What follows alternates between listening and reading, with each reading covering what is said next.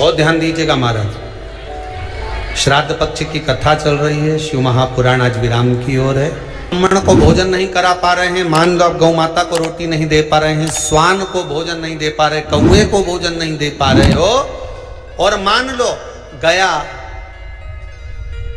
ब्रह्म कपाली या कहीं पिंडदान नहीं कर पा रहे हो, तिलांजलि तर्पण नहीं कर पा रहे हो, तो एक काम जरूर करना, जल के पात्र में 2 बूंद गंगा जल डालना और वो गंगा जल शंकर को रोज 16 दिन तक चढ़ाइए, पितृदोष समाप्त हो जाए।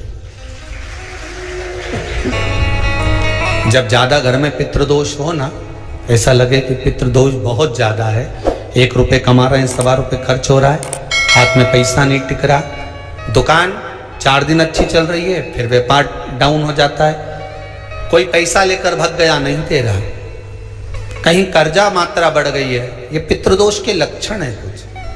इसमें आपके घर में जो भी रुद्राक्ष पड़ा हो, जो भी रुद्राक्ष रखा हो, क्योंकि संभाल के तो आप रखते नहीं, पटक देते हो यहां में, जो भी रुद्राक्ष आपके घर में रखा हुआ, एक पानी के पात्र में उस रुद्राक्ष को डाल दीजिए, उसमें 1 चावल का दाना डाल दीजिए। महाराज, परिंदा जहां होता है, मटका, हंडा या रसोई घर में आपका जो पानी भरने का स्थान होता है, जिसको आरो वारो क्या क्या लगा के रखते हो, उसी के कहीं पास में उस कलश को रख दीजिए, ऊपर से उसको ढक दीजिए। शाम के समय, सुबह रखा 10 बजे से 12 बजे के बीच में, शाम के समय प्रदोष काल में भगवान शंकर का नाम स्मरण कर कर, ओम नमः शिवाय बोलकर, श्री शिवाय नमस्तुभ्यं बोलकर, या महामृत्युंजय मंत्र का स्मरण कर कर, या गायत्री मंत्र का स्मरण कर कर, जो मंत्र आपकी बुद्धि में विवेक में समाहित हो, उस मंत्र का नाम लेकर राम कृष्ण हरि जो बोल सकते हो, एक घी का दिया अवश्य प्रज्वलित करें, लंबी बाती का। कौन सी बाती का? फूल बत्ती का नहीं, गोल बत्ती का नहीं, लंबी बाती का। बत्ती का मुख दक्षिण की ओर, कहां पर होना चाहिए? दक्षिण की ओर, ना पूरब, ना पश्चिम, ना उत्तर। बत्ती का मुख कहां हो? दक्षिण की ओर। जैसे श्राद्ध पक्ष में ब्राह्मण को जब भोजन कराते हैं तो ब्राह्मण का मुख श्राद्ध पक्ष के भोजन कराते समय अगर पूरब, पश्चिम और उत्तर का होता है तो श्राद्ध के भोजन का फल नहीं मिलता, उसका मुख दक्षिण का होता है तो हमारे घर के जितने भी पितर उस तिथि में गए होते हैं सबको उसका भाग मिल जाता है और पितृदोष समाप्त हो जाता है। इसलिए ब्राह्मण का मुख श्राद्ध पक्ष में भोजन कराते समय दक्षिण का होना चाहिए।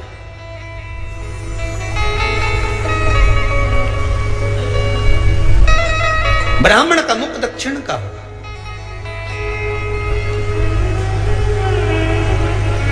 यहां तक शास्त्र कहता है महाराज, अगर गौ माता को श्राद्ध पक्ष में अगर भोजन दे रहे हो तो गाय का मुख अगर दक्षिण का है, गाय का, आपका मुख भले उत्तर का हो, गाय का मुख दक्षिण का हो, आपका मुख भले पूरा पश्चिम नहीं का, गाय का मुख अगर दक्षिण में है, अगर आपने दक्षिण में गाय को खड़ी कर रखा है और दक्षिण में उसका मुख और आप भोजन दे रहे हो तो शास्त्र कहता है कि किसी पिंड की जरूरत नहीं पड़ती, गाय स्वतः कल्याण कर देती है, गौ माता स्वतः कल्याण कर, दक्षिण मुखी हो। तो दिए की जो बाती का मुख कहां होना चाहिए? दक्षिण का। और दक्षिण का मुख होना चाहिए।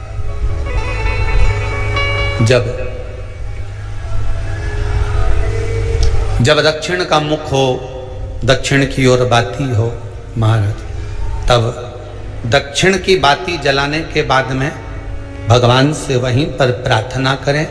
जो कलश रखा है उसके ऊपर जो प्लेट रखी है, ढाका गया है, वहां अपना सीधा हाथ रखें और अपने पूर्वजों का, अपने पितरों का स्मरण करें कि मेरे धन को लेकर कोई चले गया, मेरा व्यापार ऐसा चल रहा है, मेरा घर में बच्चों का विवाह नहीं हो रहा, या घर में इतनी अशांति है या तकलीफ है या कष्ट है, ये सब का स्मरण कर कर उस कलश को रात्रि भर रखे रहने दें। सुबह स्नान आदि करने के बाद फिर एक घी का दिया दक्षिण की ओर लगाकर सुबह 10 बजे से 12 बजे के बीच में उस जल को शिव जी को समर्पित कर कर आ जाए और वो रुद्राक्ष लेकर वापिस सजाए। महाराज वापिस सजाए, उस रुद्राक्ष को अपने घर में रख दीजिए।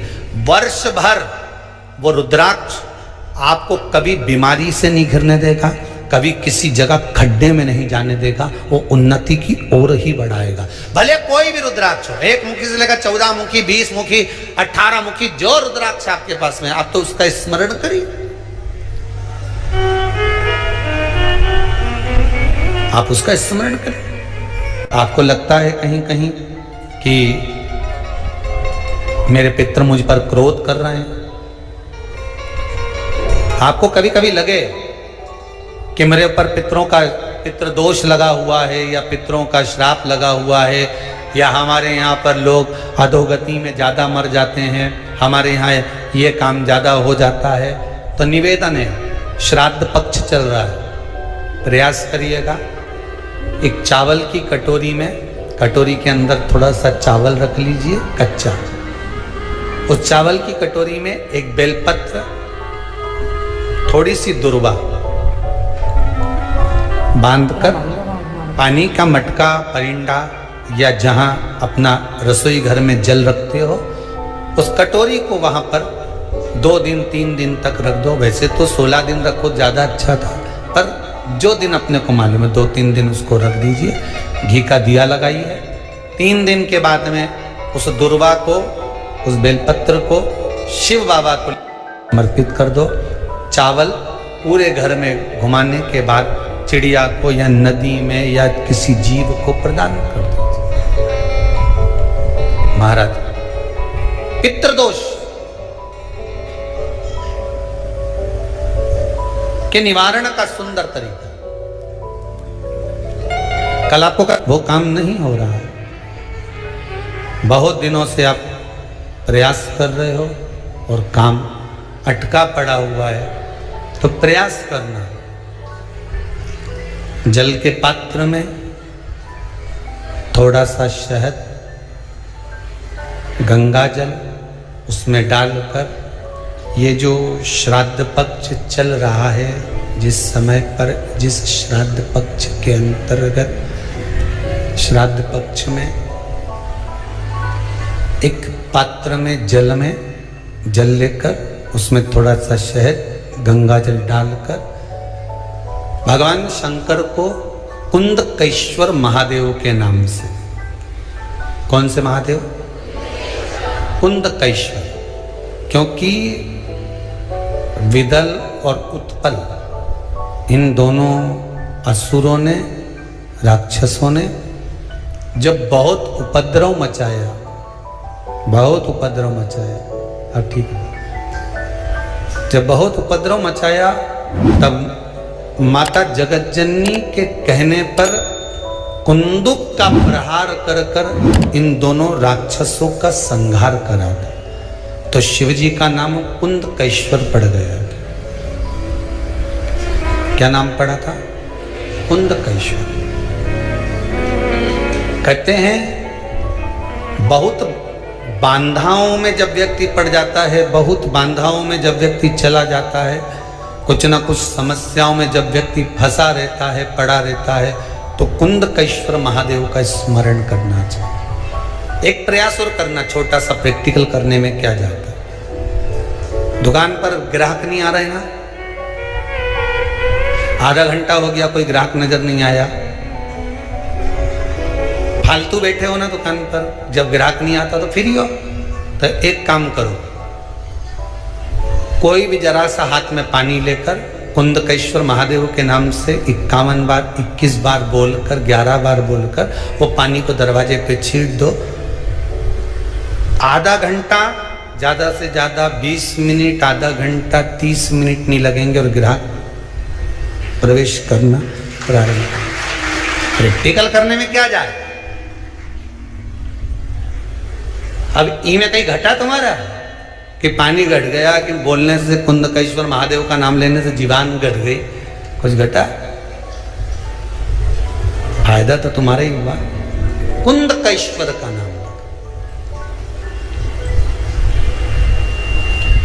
कोई काम अटक रहा है, शहद जल के पात्र में डालिए और थोड़ा सा गंगा जल डालकर इसी श्राद्ध पक्ष में किसी भी दिन जब तुम्हारा मन पड़े तब शंकर जी को समर्पित कर और साथ में 1 लोटा पानी 1 कलश जल का अलग से लेकर जाओ। जब शहद का जल शंकर जी को समर्पित कर दो, उसके बाद सादा जल शंकर जी को अवश्य समर्पित करके। शहद का जल बांधाओं को हर लेता है, बांधा को हरता है। हम तो कई बार बच्चों से कहते हैं, अगर कोई बच्चा कंपटीशन एग्जाम में बैठ रहा है, इंटरव्यू दे रहा है या कोई एग्जाम में नहीं निकल रहा है, तो प्रयास करना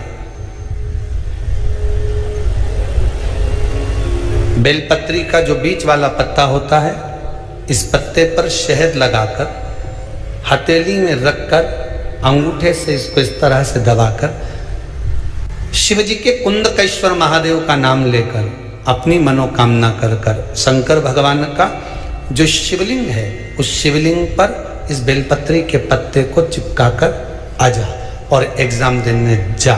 बाबा निपटे का सब काम कर। जिस बालक बालिका का जॉब नहीं लग रहा हो, सर्विस नहीं लग रही हो, नौकरी नहीं लग रही हो, जगह जगह पहले करते थे जॉब, अब छूट गई, 2 साल हो गए, 3 साल हो गए, सर्विस नहीं लग रही हो, बहुत प्रयास कर लिया हो, बहुत प्रयास, तो महाराज काली तिल्ली को पीस कर उसको जल के पात्र में डालकर अपने घर के मटका परिंडा पितरों का जो स्थान होता है, जलाशय होता है, उसके पास में एक पात्र में रख दीजिए।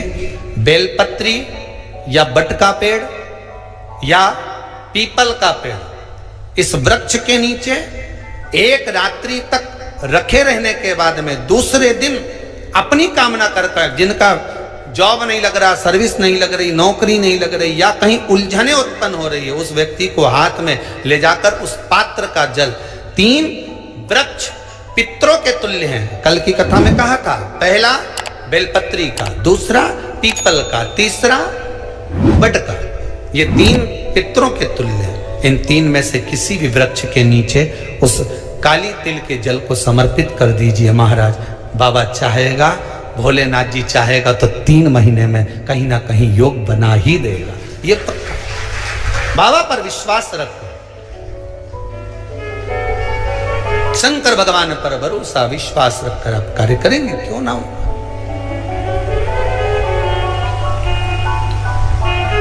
श्राद्ध पक्ष में महाराज पीपल के पेड़ के नीचे मात्र काली तिल्ली का पानी ही डाल देने से पितृदोष का निवारण हो जाता है। किसी लड़के की लड़की की विवाह शादी नहीं हो रहा हो, मंगल विवाह नहीं हो रहा हो, पानी के लोटे में थोड़ा सा काला तिल डालकर श्राद्ध पक्ष में पीपल के पेड़ के नीचे चढ़वा दीजिए महाराज।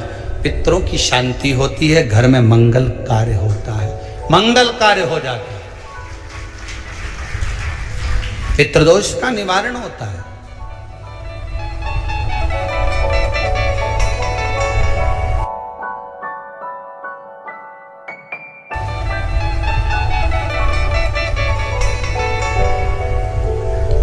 बहुत रोग घिर गया, ऐसा लग रहा है कि बहुत बड़ी बीमारी शरीर में आ गई है, वो मिट नहीं रही, बीमारी बहुत बड़ी है, नहीं जा रही। सरसों का फूल भगवान शंकर को चढ़ाना प्रारंभ कर दो। सरसों तो आप अपने घर के अंदर भी बो सकते हो, उसमें पीला फूल ही जाता है, शिव जी को चढ़ाना चालू कर दो, बीमारी समाप्त होना प्रारंभ। शिव को समर्पित किया गया एक एक भाग, एक एक भाग। महाराज लगे ऐसा कि घर में शांति नहीं है, सुख लक्ष्मी तो है, परिवार भी छोटा है पर शांति नहीं। जब देखो जब किसी ना किसी का मुंह चलता रहे, क्रोध में बोलते रहें, शब्दों के तीर चलते रहें, शांति नहीं है। प्रयास करिए। श्राद्ध पक्ष में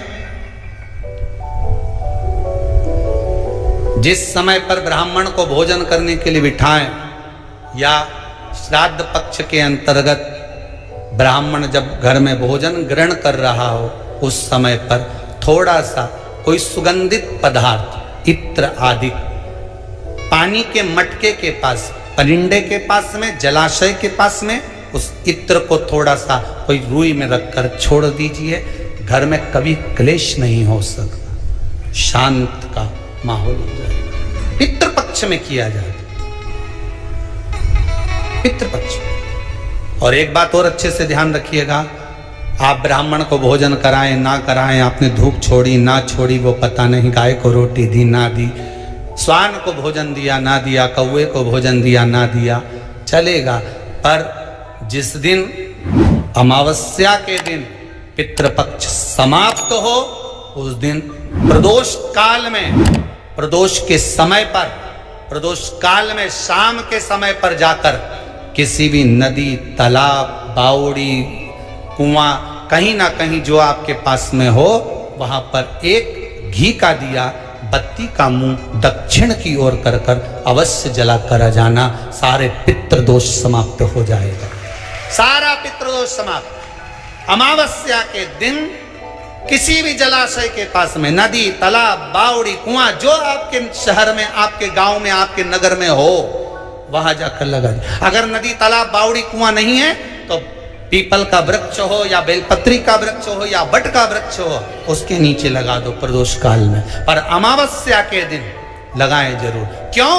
क्योंकि अमावस्या 16 दिन तक पितृ मृत्यु लोक में आने के बाद में भोजन ग्रहण करते हैं।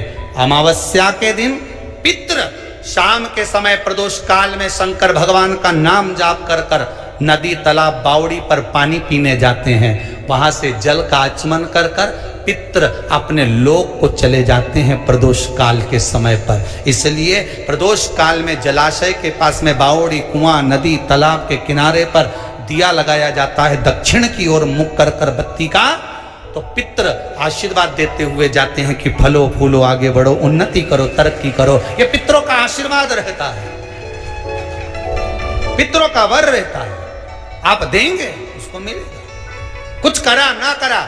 फिर अमावस्या के दिन, जिस दिन पितृपक्ष समाप्त हो, उस दिन दिया दक्षिण की ओर बाती का मुख कर कर लगा।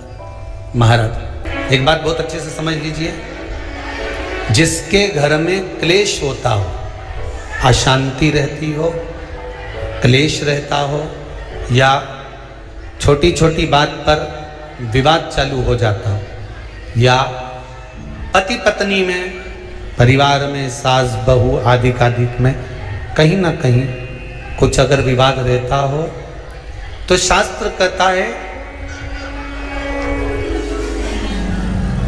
ऐसा बेलपत्री की डंडी रहती है ना, बहुत ध्यान दीजिएगा महाराज। श्राद्ध पक्ष की कथा चल रही है, शिव महापुराण आज विराम की ओर है, ध्यान दीजिएगा।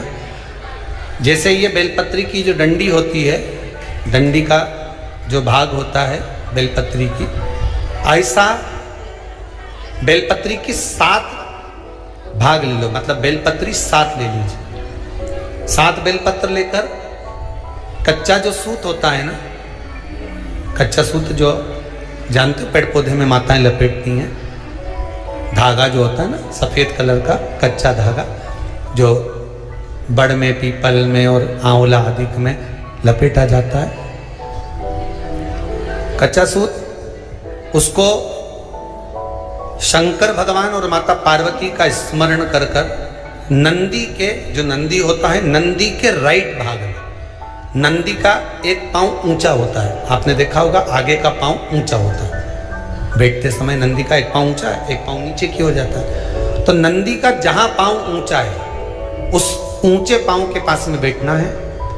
कच्चे सूत पर उस बेलपत्री के जो 7 गुच्छ हैं, 7 जो बेलपत्री के भाग हैं, 7 बेलपत्री हैं, उसको अपना नाम गोत्र स्मरण कर कर उस कच्चे सूत को लपेटना है। महाराज लाल कलर का चंदन उस बेलपत्री के पत्ते में जो अग्रभाग होता है, सबसे आगे का भाग, सातों में लाल चंदन लगाना है। महाराज उस चंदन को लगाकर आप प्रदोष के दिन, प्रदोष काल में शंकर भगवान को समर्पित अगर करते हैं तो जिस घर का गोत्र बोला है उस घर में कभी क्लेश नहीं हो सकता, वो शांति का अनुभव है, उसमें क्लेश नहीं हो सकता।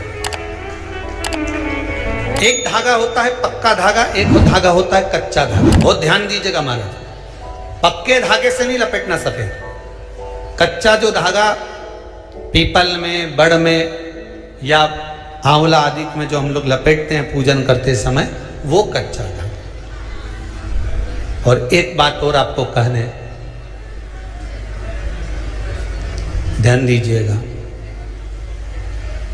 अगर मान लो किसी पति पत्नी का तलाक तक की नौबत हो गई और तलाक नहीं कराना है, आपस में वापिस प्रेम बढ़ जाए, छोरी वापिस घर में रहे, बेटा उसको रखे, बहू रहे, आपस में प्रेम बढ़े, वो भले मायके चली गई हो, वो भले लड़का छोड़कर चले गया हो, अकेली रह रही हो और चाहती है कि मैं पति के साथ रहना है, तलाक नहीं होना चाहिए, हम दोनों में प्रेम रहे, वो संभाले मेरे को भी और मैं भी आदर करूं, वो भी आदर करे।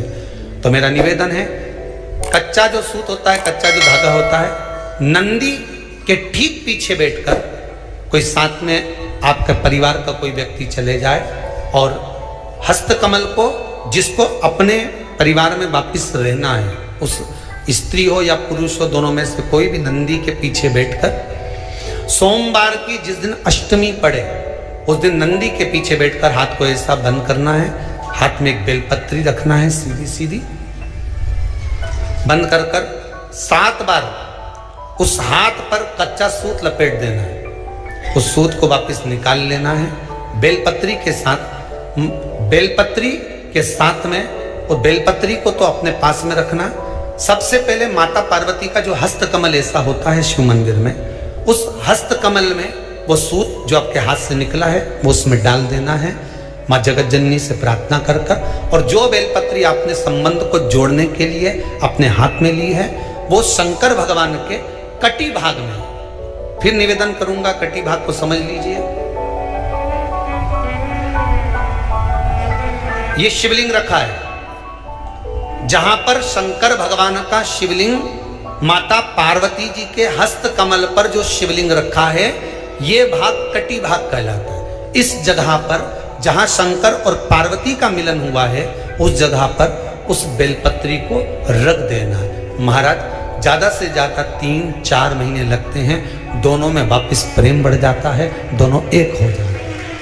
तलाक तक बात चल भी रही हो तो तलाक समाप्त हो जाता है, प्रेम, करुणा, आसक्ति, स्नेह बढ़ जाता है।